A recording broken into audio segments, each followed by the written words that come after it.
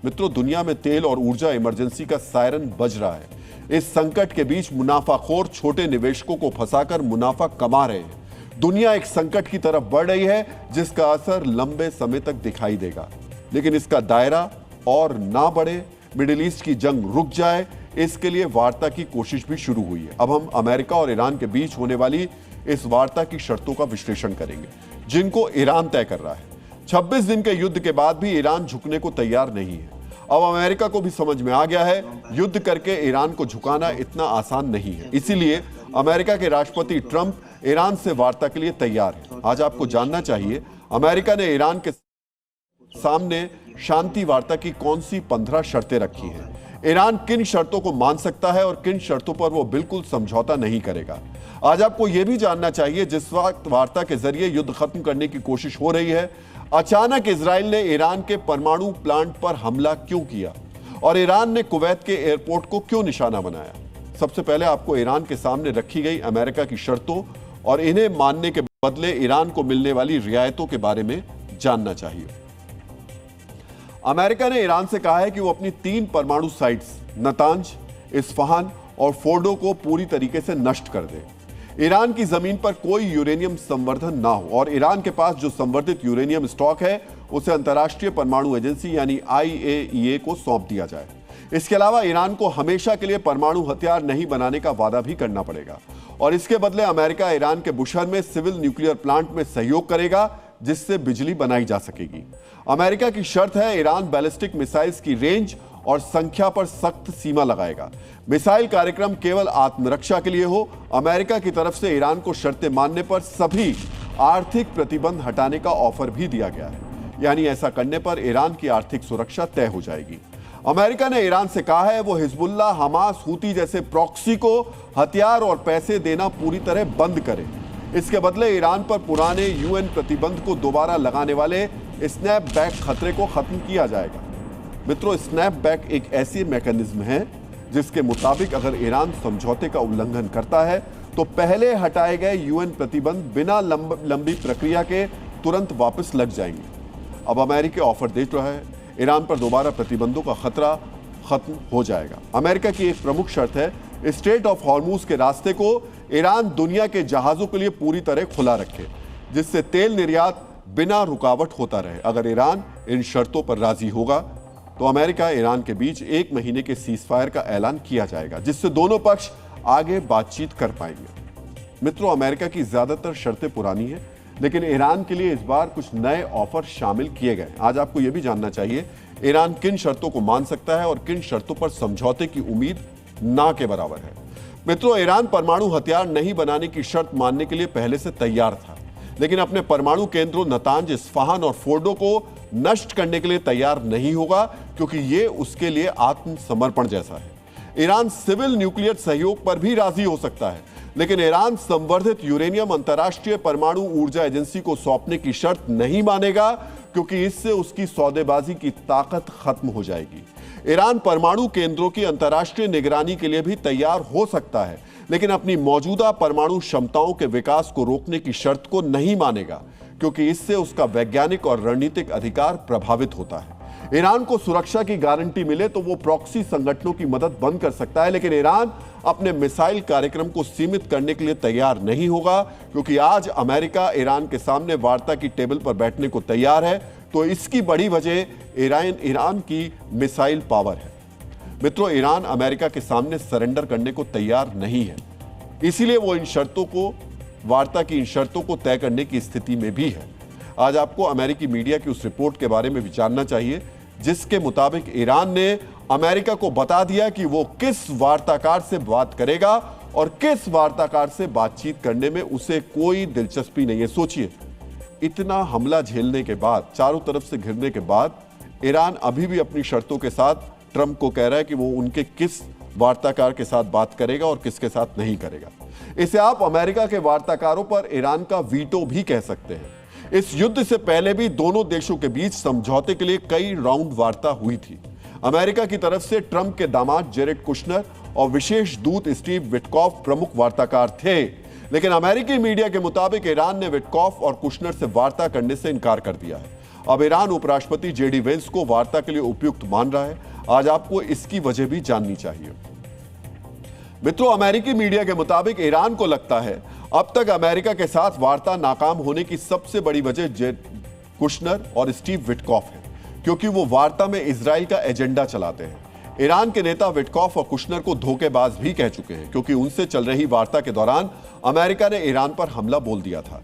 Iran के इस रुख की और क्या वजह है, अब आप ये भी समझ लीजिए। ट्रंप के दामाद जेरेड कुशनर इजराइल के साथ मुस्लिम देशों के अब्राहम अकॉर्ड के मुख्य चेहरे हैं, यानी इजराइल फ्रेंडली पॉलिसी से जुड़े हुए हैं। इसीलिए ईरान ऐसी बातचीत नहीं चाहता जिसमें इजराइल का एजेंडा हावी हो। दूसरी तरफ स्टीव विटकॉफ की डीलिंग का तरीका थोड़ा अलग है। विटकॉफ जल्दी समझौता करने पर जोर देते हैं, लेकिन ईरान को जल्दबाजी या फिर दबाव में होने वाली डील नहीं चाहिए। वो सोच समझकर फैसला करेगा। दूसरी तरफ ईरान में अमेरिका के उपराष्ट्रपति जेडी वेंस को जल्दी युद्ध खत्म करवाने में सक्षम नेता समझ आता है। अब आप इसकी वजह भी समझ लीजिए। जेडी वेंस पहले से ही दुनिया के युद्धों के खिलाफ रहे हैं, यानी उनकी छवि युद्ध विरोधी है। जेडी वेंस पहले भी बयान दे चुके हैं, अमेरिका को ईरान के साथ लंबा युद्ध नहीं लड़ना चाहिए। ईरान मानता है वेंस उपराष्ट्रपति हैं, इसलिए उनकी बात में वजन ज्यादा है। इसलिए भी जेडी वेंस ईरान को ज्यादा विश्वसनीय लगते हैं। इसके अलावा ईरान को लगता है वेंस अपनी बात पर टिके रहेंगे। मित्रों, अमेरिकी मीडिया के मुताबिक इसीलिए ईरान ने संदेश भिजवाया है, अगर बातचीत होगी तो अमेरिका के उपराष्ट्रपति जेडी वेंस के साथ होगी। वो कुशनर या विटकॉफ के साथ बात नहीं करेंगे। हालांकि ईरान की प्रेस टीवी ने एक और बड़ा दावा किया है। प्रेस टीवी के मुताबिक ईरान ने युद्ध खत्म करने और वार्ता शुरू करने के लिए अपनी 5 शर्तें रखी हैं। आज आपको इन शर्तों के बारे में भी पता होना चाहिए। ईरान की पहली शर्त है, दुश्मन द्वारा की जा रही आक्रामकता और हत्याओं पर पूरी तरह रोक लगे। ऐसा ठोस तंत्र स्थापित किया जाए जिससे यह सुनिश्चित हो कि ईरान पर फिर से युद्ध नहीं थोपा जाएगा। ईरान ने वार्ता के लिए युद्ध से हुए नुकसान का हर्जाना भी मांगा है। ईरान ने अपने प्रॉक्सी समूह के खिलाफ युद्ध समाप्ति की शर्तें भी रखी हैं। इसके अलावा ईरान चाहता है हॉर्मुज स्ट्रेट पर उसके अधिकार को अंतर्राष्ट्रीय मान्यता और गारंटी भी मिले। मित्रों, अमेरिका की मीडिया और नेता कुछ और कह रहे हैं, ईरान की मीडिया और नेता कुछ और बातें कर रहे हैं। इससे आप भी समझ सकते हैं मिडिल ईस्ट में युद्ध रोकने वाली वार्ता इस वक्त कितनी अनिश्चित है। वैसे इस वार्ता का भविष्य सिर्फ अमेरिका की शर्तों और ईरान के रुख की वजह से संकट में नहीं है। इस जंग का तीसरा किरदार इजराइल भी है और वही इसको और ज्यादा पेचीदा बना रहा है। आज आपको वार्ता की कोशिशों के बीच संयुक्त राष्ट्र में इजराइल के राजदूत डैनी डैन की बात बहुत ही ध्यान से सुननी चाहिए। मेरी जानकारी के अनुसार पाकिस्तान में इस सप्ताह होने वाली अमेरिका और ईरान के बीच किसी भी बातचीत में इजराइल शामिल नहीं है। इजराइल इस बात के लिए दृढ़ संकल्पित है कि ईरान के पास ना तो परमाणु क्षमता हो और ना ही बैलिस्टिक मिसाइल क्षमता। मित्रों, समझ रहे हैं आप, अमेरिका और ईरान के बीच होने वाली किसी भी वार्ता का हिस्सा इजराइल नहीं है। यानी अगर ईरान और अमेरिका के प्रतिनिधियों की वार्ता फिक्स हो भी गई तो भी इजराइल ईरान में अपने टारगेट को नष्ट करने के लिए बम बरसाता रहेगा। यानी अमेरिका और ईरान वार्ता करेंगे, लेकिन इजराइल और ईरान की लड़ाई चलती रहेगी। सोचिए इन परिस्थितियों में वार्ता का भविष्य क्या होगा। इसके अलावा इजराइल ने यह भी कह दिया वो ईरान के परमाणु और मिसाइल कार्यक्रम को हमेशा हमेशा के लिए खत्म करना चाहता है, जबकि अमेरिका ऊर्जा के लिए ईरान के परमाणु कार्यक्रम में मदद का प्रस्ताव दे रहा है। सबसे हैरान करने वाली बात है, अमेरिका ऊर्जा के लिए ईरान के जिस बुशहर न्यूक्लियर प्लांट में सहयोग देना चाहता है, इजराइल ने उसी न्यूक्लियर प्लांट पर बम और मिसाइलें गिरा दी। इजराइल के F-35 लड़ाकू विमान से लॉन्च की गई मिसाइल ईरान के बुशहर न्यूक्लियर पावर प्लांट में गिरी। ईरान में इस वक्त सिर्फ यही पावर प्लांट काम कर रहा है। इससे पहले 17 मार्च को भी इजराइल ने बुशहर न्यूक्लियर पावर प्लांट को निशाना बनाया था। किस्मत से नए हमले में बुशहर के मुख्य रिएक्टर को कोई नुकसान नहीं पहुंचा, क्योंकि रिएक्टर हिट हो जाता तो पूरी फारस की खाड़ी में रेडिएशन फैल सकता था। अंतर्राष्ट्रीय परमाणु ऊर्जा एजेंसी ने इस हमले के बाद चेतावनी दी है, न्यूक्लियर साइट्स पर हमला बहुत खतरनाक है और दोनों पक्षों को संयम बरतना चाहिए। अब सवाल खड़े हो रहे हैं, क्या ईरान इजराइल से न्यूक्लियर पावर प्लांट पर हमले का बदला लेगा? और यह बदला कितना खतरनाक साबित हो सकता है? इधर ईरान ने भी आज फिर से मिडिल ईस्ट के अमेरिकी सहयोगी कुवैत को निशाना बनाया। ईरान के ड्रोन्स ने कुवैत के एयरपोर्ट पर हमला किया। इस हमले के बाद फ्यूल टैंक में भीषण आग लग गई और उड़ान को भी रोकना पड़ा। तो एक तरफ अमेरिका और ईरान के बीच वार्ता की शर्तें तय हो रही हैं, और दूसरी तरफ इजराइल ईरान के न्यूक्लियर पावर प्लांट्स पर हमला कर रहा है, यानी युद्ध को भड़काने की कोशिश कर रहा है। ये कितना खतरनाक हो सकता था, इसकी जानकारी खुद अंतर्राष्ट्रीय परमाणु ऊर्जा एजेंसी ने दी है। अगर इस हमले से रेडिएशन फैलता तो लाखों लोगों पर असर पड़ता और मिडिल ईस्ट में युद्ध से बड़ी मुसीबत शुरू हो जाती। मित्रों, इससे पहले भी इजराइल ने ईरान की पार्स गैस फील्ड को निशाना बनाया, जिसका बदला लेने के लिए ईरान ने इजराइल की न्यूक्लियर सिटी डिमोना पर हमला किया।